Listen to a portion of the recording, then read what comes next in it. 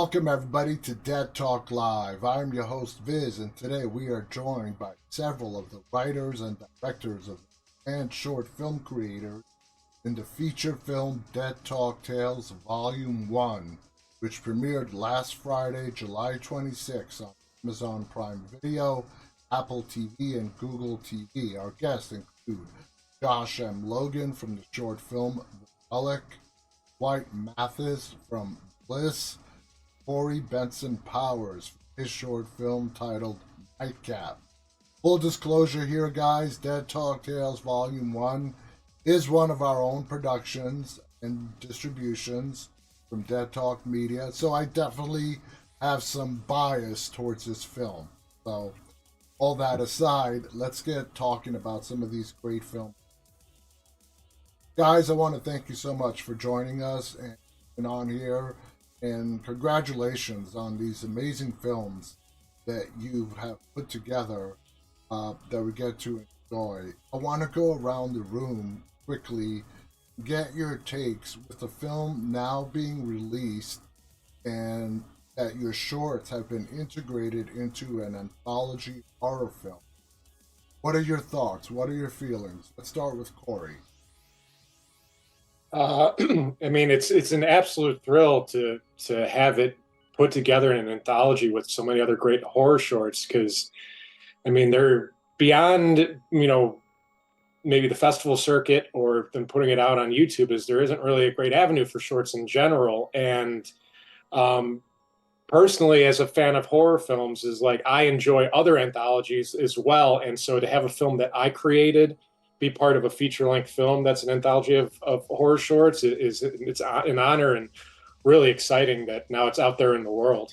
And when I contacted each and every one of you, that was really my pitch to you, that there's no real great medium or shorts to get out to the big general public. So I've been trying for a long time to figure out how to get these shorts seen.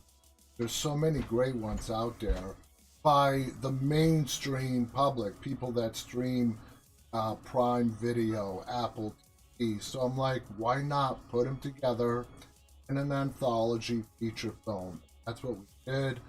We all took a leap of faith, and I'm so glad in the work that we accomplished. White, what were your thoughts?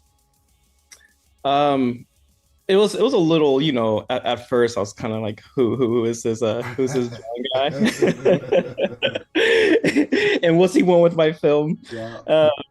And the more I kind of like, looked into what you did and saw just the trail of incredible projects that you're working on and the podcasts and the interviews that you've conducted, I was like, okay, this could be really, really cool. And then I had to take a gander at your email again and looked it over and realized that this was a huge opportunity for us to be seen by so many people. And obviously I had no idea what the other short films looked like or the stories that would coincide with Bliss.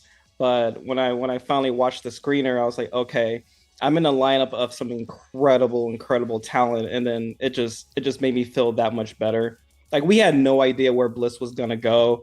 It was just a cool idea we had, and we were like, we gotta make this thing, and we had no preconceived notions of it going to streaming. We just knew it was gonna live on YouTube, and that was about it. So for you to give us this opportunity, man, I am truly grateful. It's really, really cool. And I tell you, when I was thinking of how to approach you guys, I'm like, oh my God, I am like the most skeptical person I know.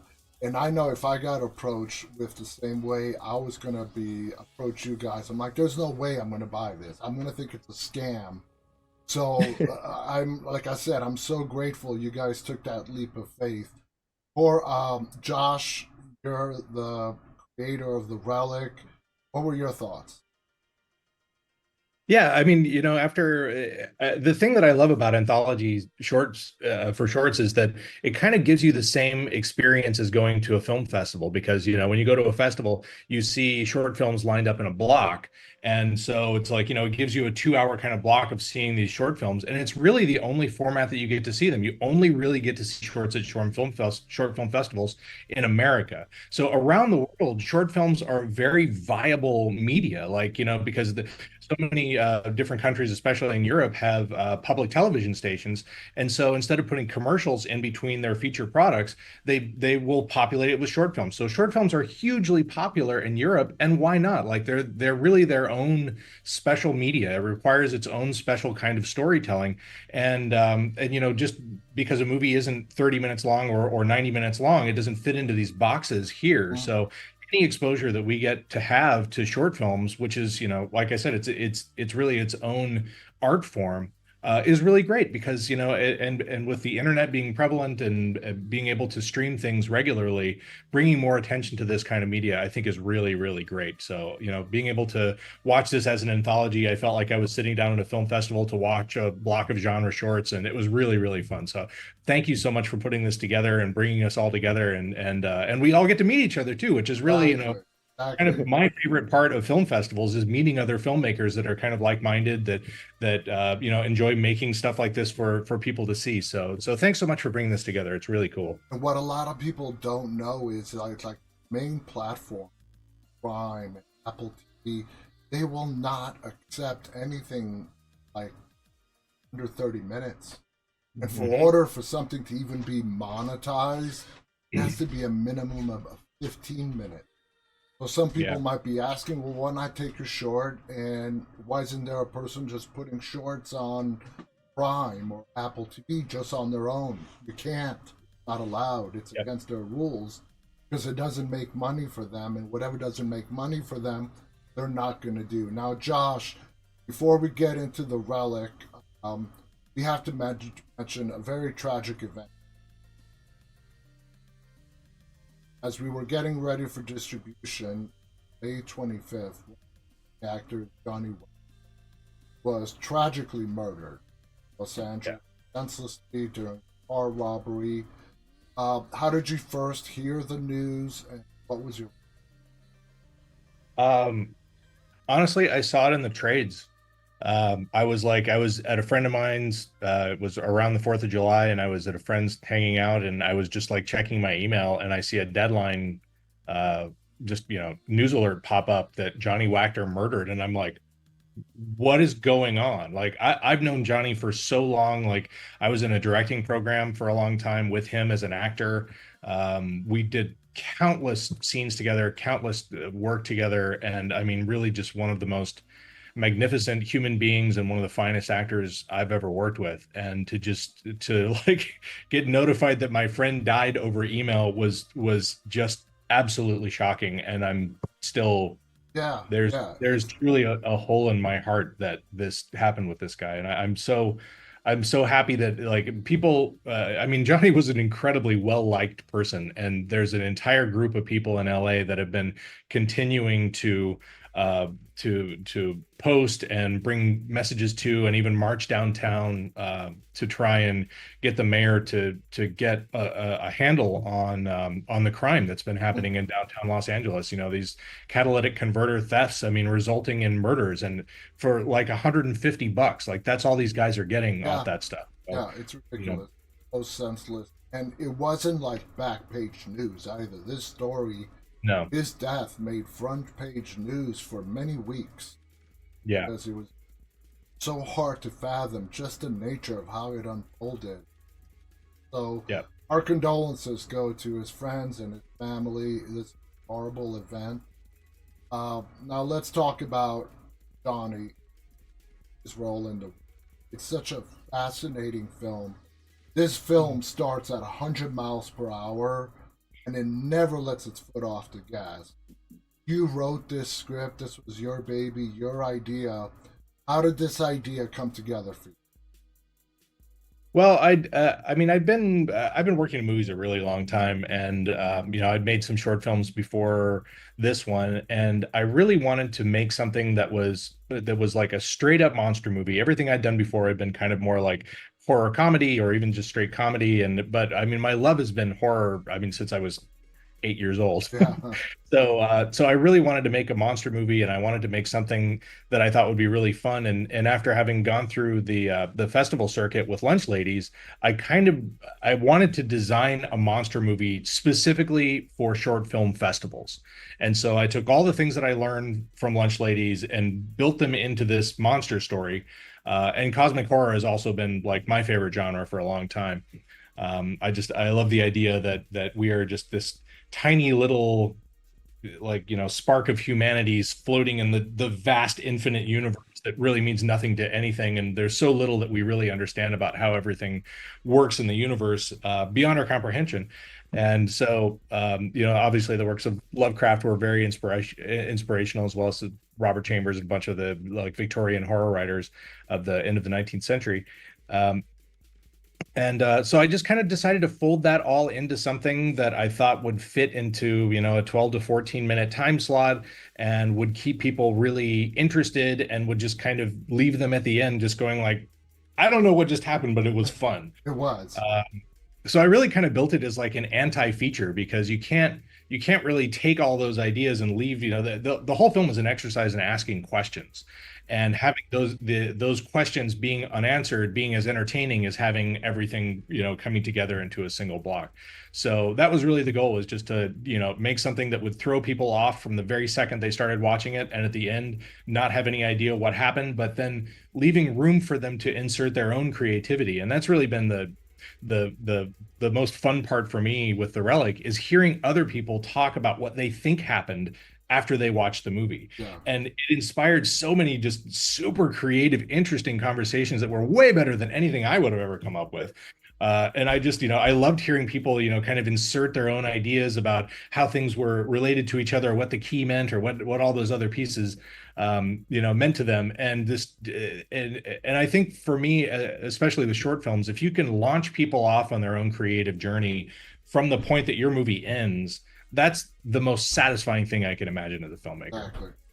And that brings us to Corey's film Nightcap, because this is a film that is so full of mystery and has people guessing in every direction possible what is going on here between this man and woman.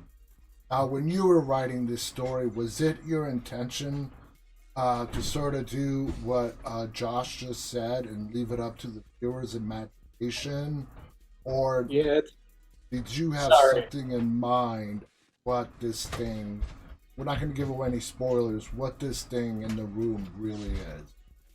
Yeah, it's funny listening to Josh talk, because I'm like, this is a lot of what my answer to this question would be, because I feel like in some ways in my film, I'm even more ambiguous than Josh is, and like, leaving so many things open up to, questioning it afterwards of what's truly going on. I mean, to like answer your question is, me personally, I know what's behind the door, but I'm not gonna tell anyone. It's like it's intentionally ambiguous and left to like question, is like try to drop hints to like what it could be throughout the film. But it's the idea started off with just simply, I woke up one morning with the idea of the phone underneath the door gag. Like that part of the film is what I first came up with, and then I kind of backwards constructed it based off of that. And then it started off as like an idea of like build an exercise in building suspense. And similarly to Josh, is like, I love cosmic horror as well, and I love movies that don't answer all the questions at the end and leave you thinking and discussing afterwards. And so that, with that in mind, is like that kind of led me down the path of like the story that I wanted to tell in Nightcap. Now, the sequence of events with Kira's fascination with what's behind that door in that room, the way you shot that scene, you put us all into Kira's shoes. And we are sharing her curiosity just as much as she is. And that the way you shot when she sticks the phone, takes the picture, and she sticks the phone under the door, and the phone comes back to her. You drew us to being right there, either in Kira's shoes or right there next to her. How difficult was that to shoot, and what was some of the techniques that you used, lighting, whatever, that you used to bring the viewer into the room with you, with everybody else?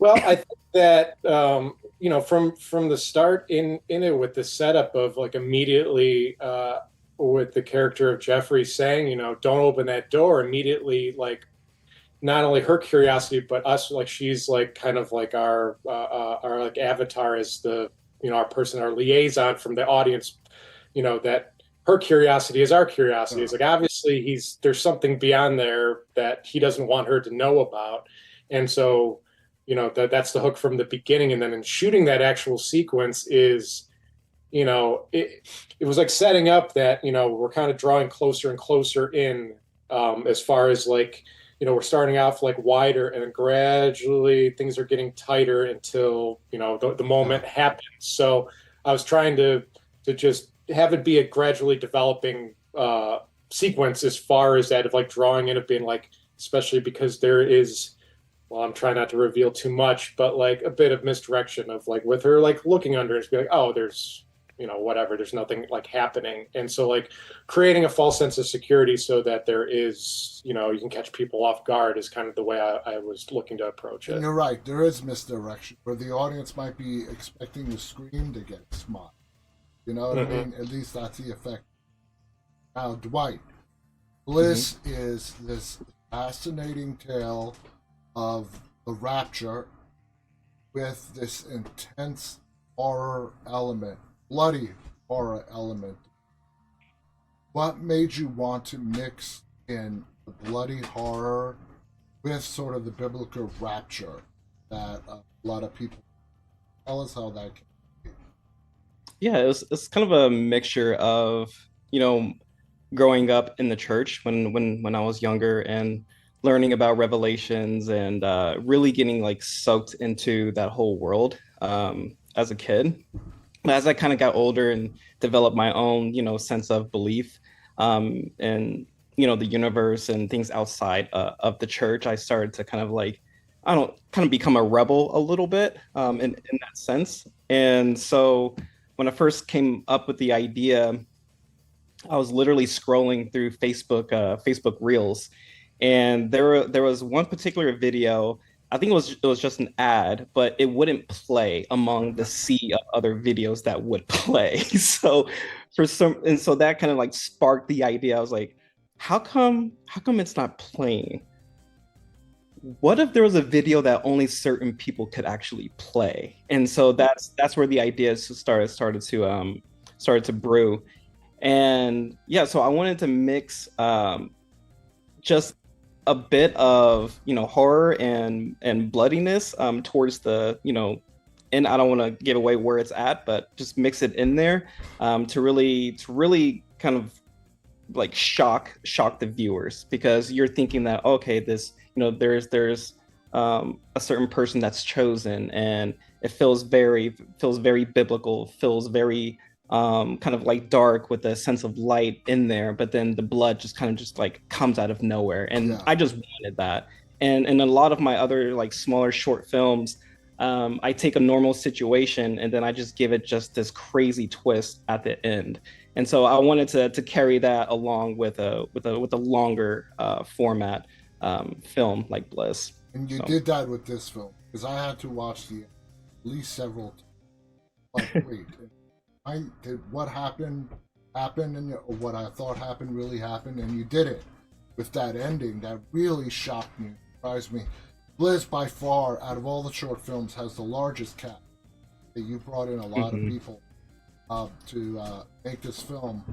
What made you decide on having such a large cast? Did you need a large cast to make the story work the way you wanted it to work?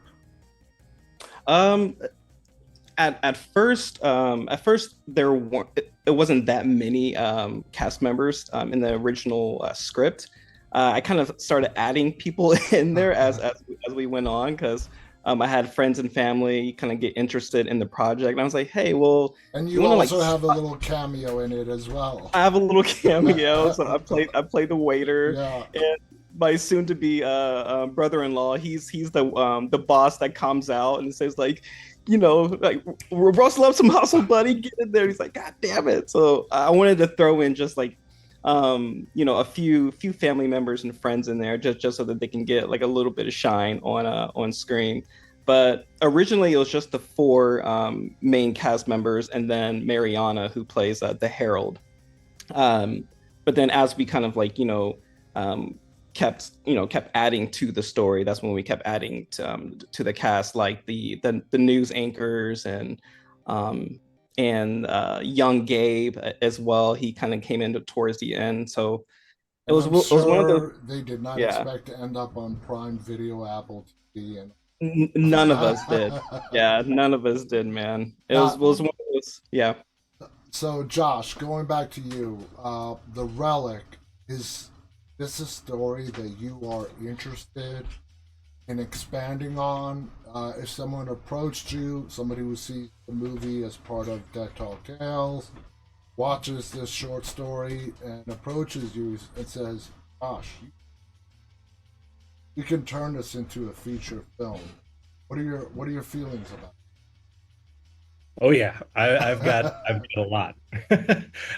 Since I finished the short, I've been developing the Relic as a kind of universe, and the idea is to create a series of feature films that are related not necessarily by characters or monsters specifically, but by mythology. Yeah. Because cosmic horror can happen anywhere, and so taking the idea of the Relic, which is based on an object that is some kind of archaeological find, an artifact from history that has some kind of cosmic properties to it that essentially people find it and it creates some kind of gateway between the world that we understand as the human world and the expansiveness of the cosmic galaxy universe around us.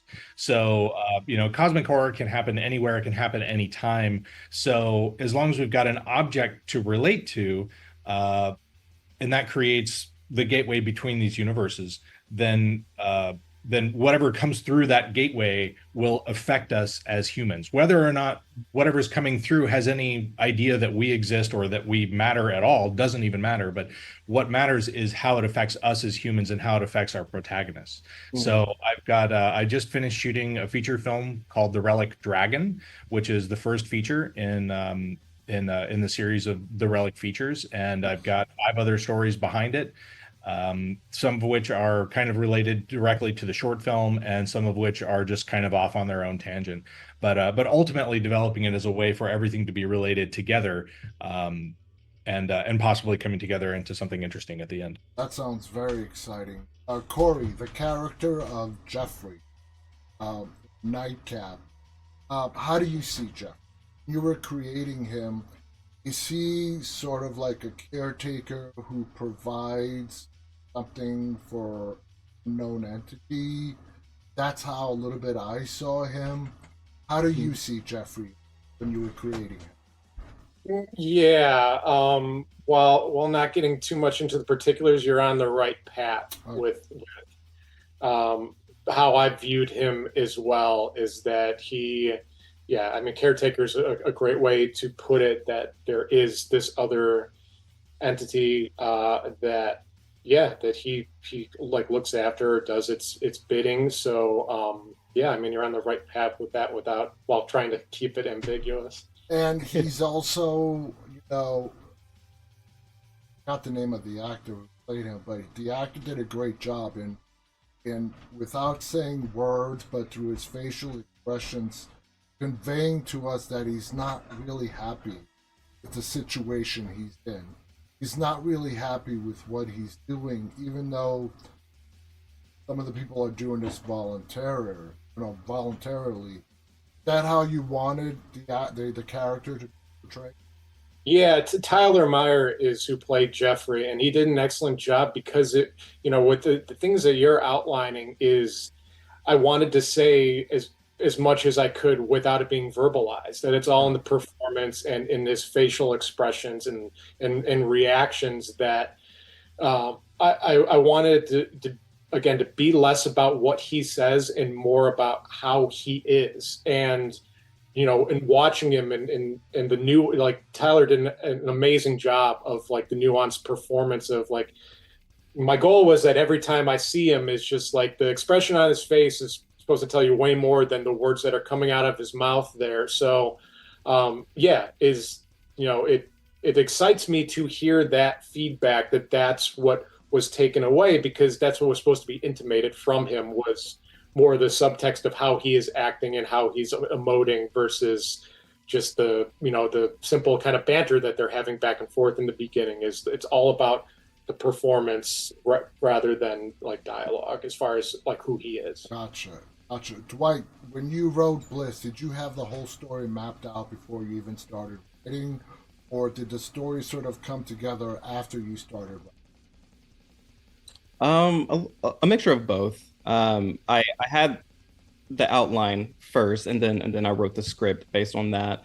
Young Gabe's his whole that whole flashback was definitely in the original outline, and we didn't we had no idea we are gonna get Neum Sakdev to play young Gabe. So we didn't have that part casted, but we just started shooting anyway, with the thoughts of let's just film the whole script. If we can't get anyone to play young Gabe, then we'll just cut that scene. And then halfway through production, we landed Neum, and so me and the crew, we flew out to Dallas and shot in his house, in his bedroom, and got that. And so that for us really did complete the whole film and completed the story. So we're really happy with that. That was the only situation within the script that we outlined, shot, and then it just landed in our laps later. So that was a win for us. That's definitely something. I want to thank you guys so much. And that talk, I want this is going to be a friend. Next year, I'm going to be releasing volume 2. Again, the purpose is to give more exposure to short films. Uh, Gotta say, it's been a week. The movie got released today, and I see the numbers, some of the early numbers, and look very good and that people are enjoying this format given. So I definitely want to continue this. It's been an absolute honor. There's 7 stories, guys. Not just 3. There's 7 stories. We're going to bring on the other 4 directors in a couple of weeks. It was just a scheduling issue. We couldn't get everybody on today. We're going to bring on the remaining 4 directors to talk about their stories here by no later than the end. So stay tuned for that. It's been an honor meeting you guys. Thank you so much for participating in the film. Again, the film is called Dead Talk Tales Volume 1, now streaming on Prime Video, Apple TV, and Google TV, formerly known as Google Play Movies. Check it out. It's a horror anthology, full feature film. It has some amazing, scary stories. Check it out. I want to thank our guests again on behalf of Corey, Josh, and White. Stay safe, stay walking. Bye, everybody. See ya.